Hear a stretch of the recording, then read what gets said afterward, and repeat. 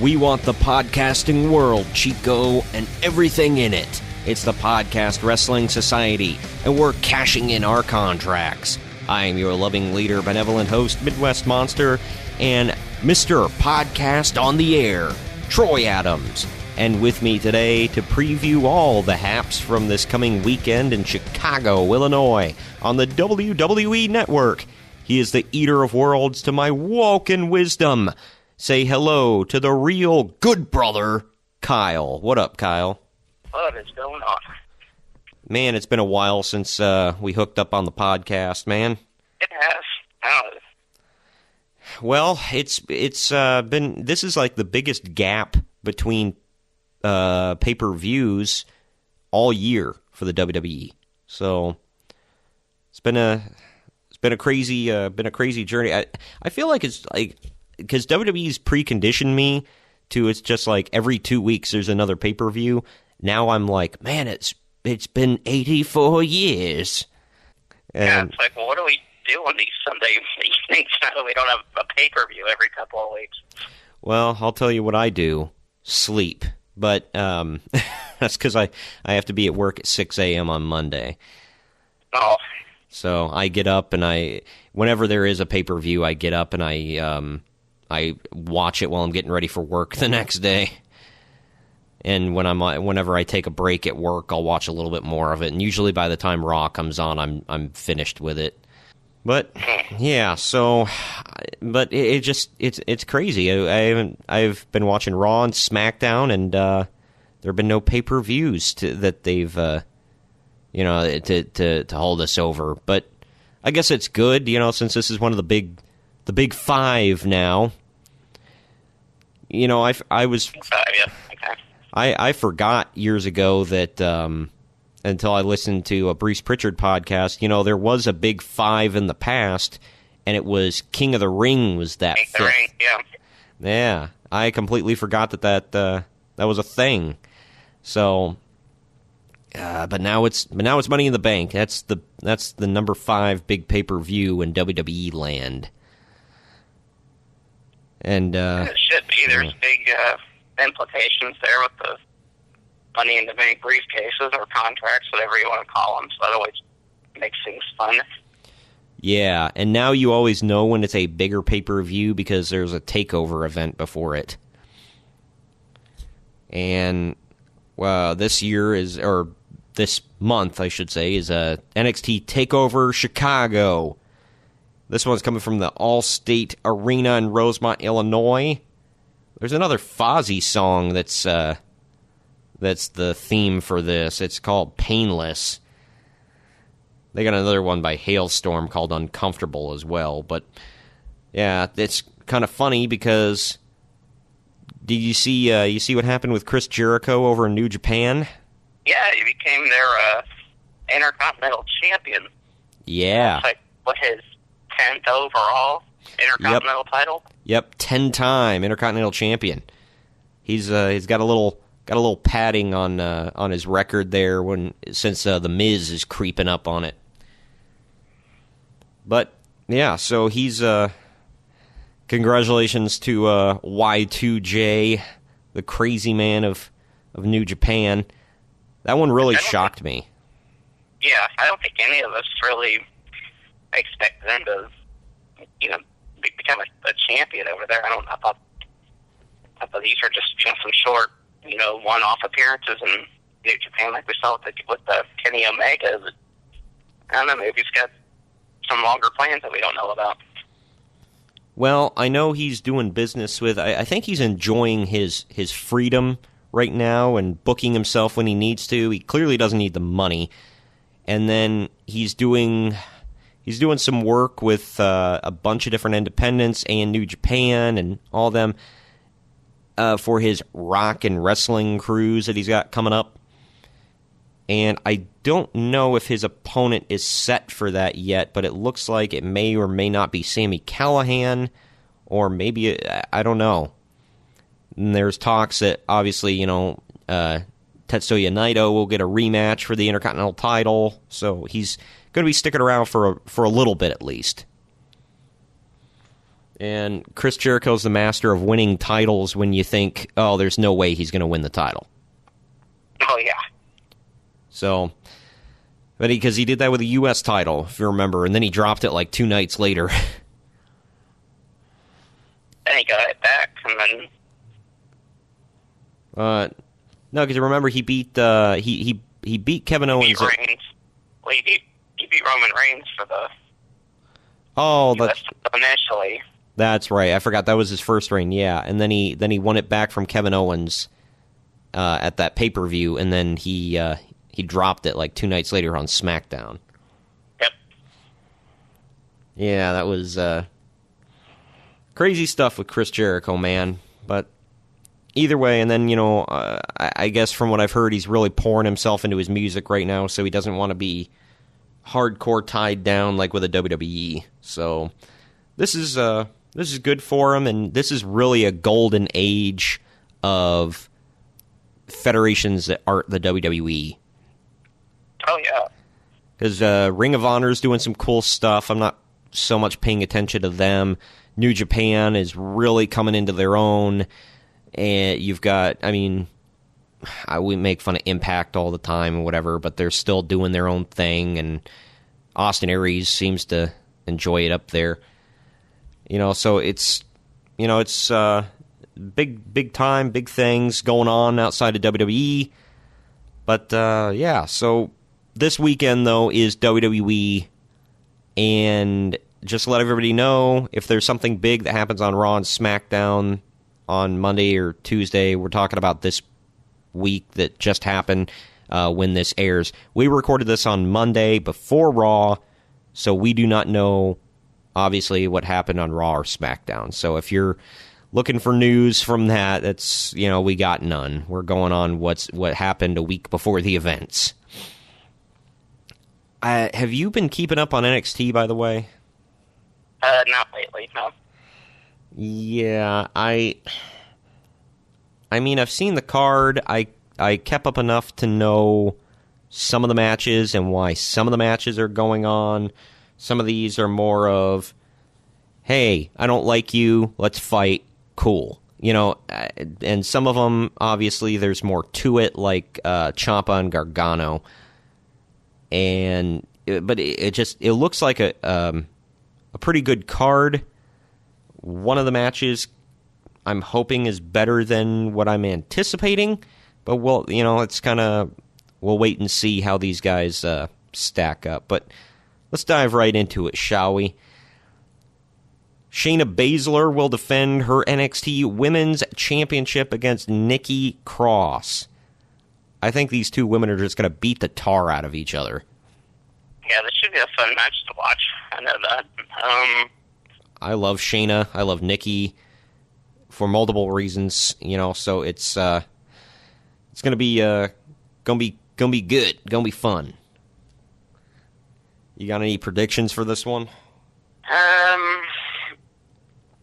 much as I'd like to see Nikki Cross have a run as the women's champion on NXT, I think she deserves it, but I don't think they're going to have Shayna Baszler drop it just so soon, so I think she'll retain. Yeah, I think Shayna's going to retain. However, I wouldn't be, with some of the stuff going down on NXT television recently, I wouldn't be shocked if Dakota Kai and her name was Nixon Newell. I can't remember what they renamed her, but I don't think she's officially debuted on TV yet, but Dakota Kai's partner and real life friend and whatever, I think they might interfere for Nikki Cross and maybe help her win. But safe bet, I'm going to say Shayna Baszler retains. But then we got a singles match here. This should be the probably the second most fun match of the night, in my opinion. It's one non-title match here. It's Ricochet versus the Velveteen Dream. Going to be interesting. Very very different styles between the two. I mean, Velveteen has been known to take to the sky a couple times, but, and obviously his finisher is the Purple Rainmaker elbow drop.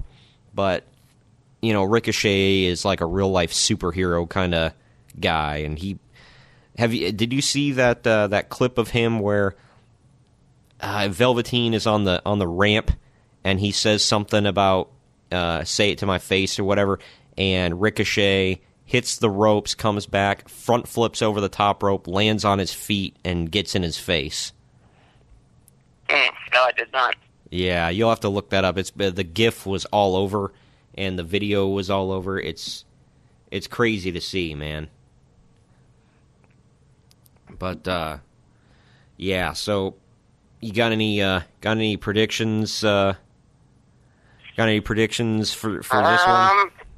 I'm gonna say Ricochet. Yeah. I don't know. This isn't a super safe bet on this one. It could go either way because they're really building up Velveteen Dream. At the same time, Ricochet's new and he needs a W here and there. And they made him look kind of strong on TV. He had that same week that I was talking about where he front flipped over the top rope.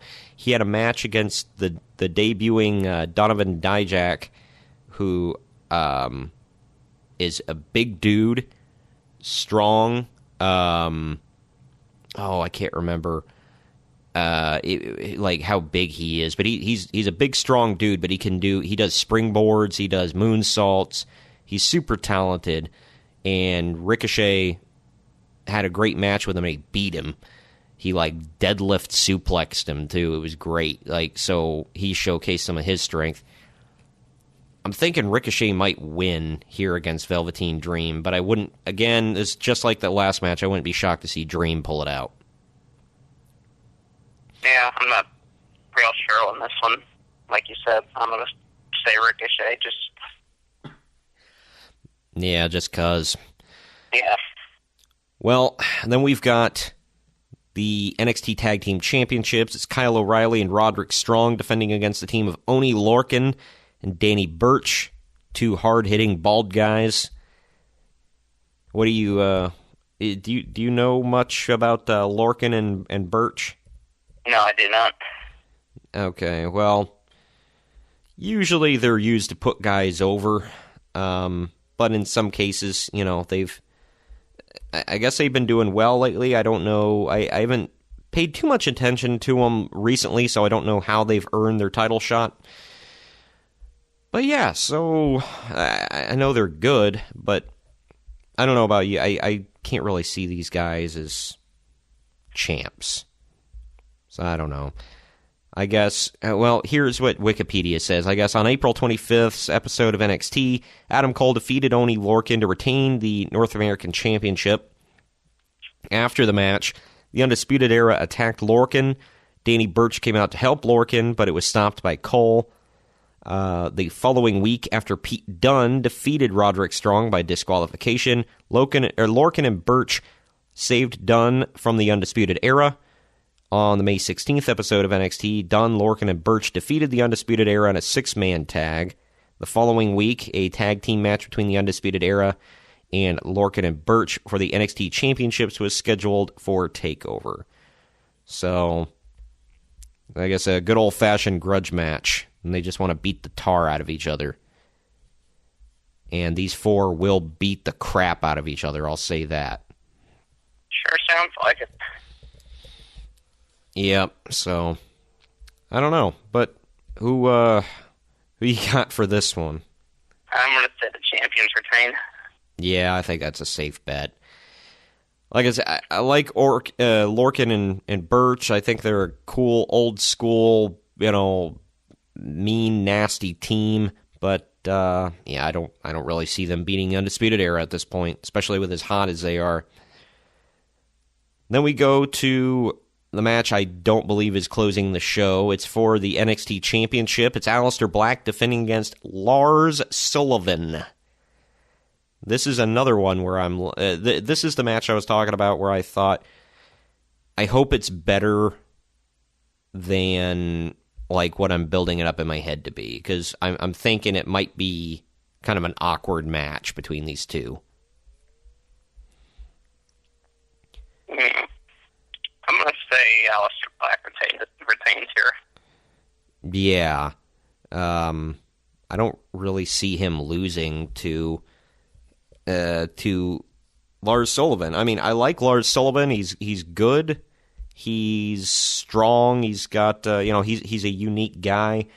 But yeah, I don't really see them putting him over Aleister Black. I think Black is hot right now. He's got the crowd reaction. He's doing good. I think when he finally drops the championship, I don't see it being to Lars. I don't think Lars is ready, in my opinion.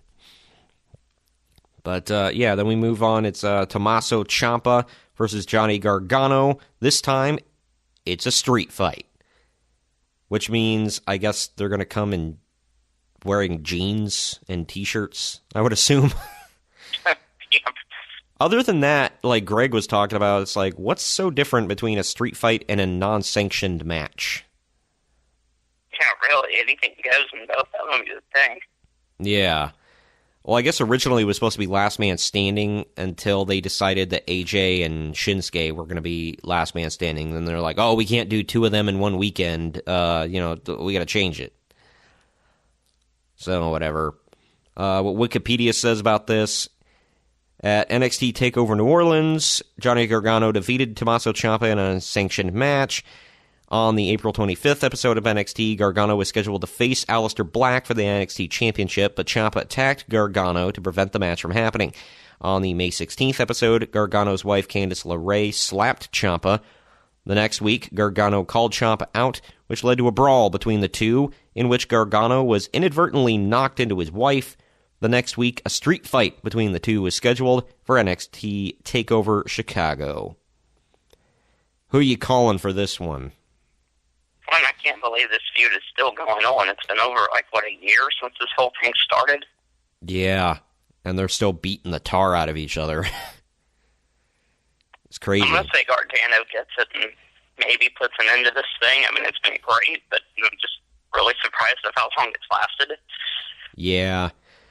The only reason I'm afraid for it to end is I'm afraid that either Gargano or Ciampa or both will get called up to the main roster and then get thrown onto 205 Live where they will rot. Oh, yeah. I hope that's not the case, but I don't know. It could be. Oh, man. So you're thinking Gargano's going to win it and end it all? Yes.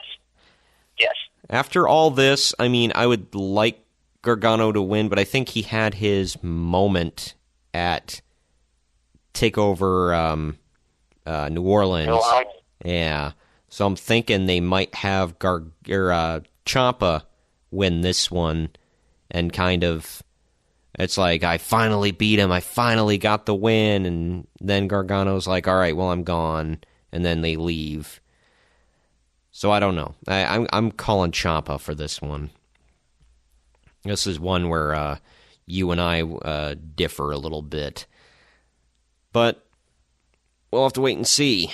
So this should be a great match between those two regardless. They're going to beat the absolute crap out of each other. And Jim Cornette, again, will hate it. So he went on and whined and cried about their last match. They did too much. It went on too long. Wah, wah, wah. Because Jim Cornette is a loser. So sorry to all Jim Cornette fans out there, but seriously, when you're going to sit there and hate on that match that they had at New Orleans, get the hell out of here. That was a great match. But yeah, so that about wraps it up for NXT TakeOver Chicago. We're going to take a little break here and let you know about some of the podcasts other than ours on the Drama City Productions Podcast Network. Some great content there. When we come back, we're going to be talking a little bit of Money in the Bank. We'll be right back.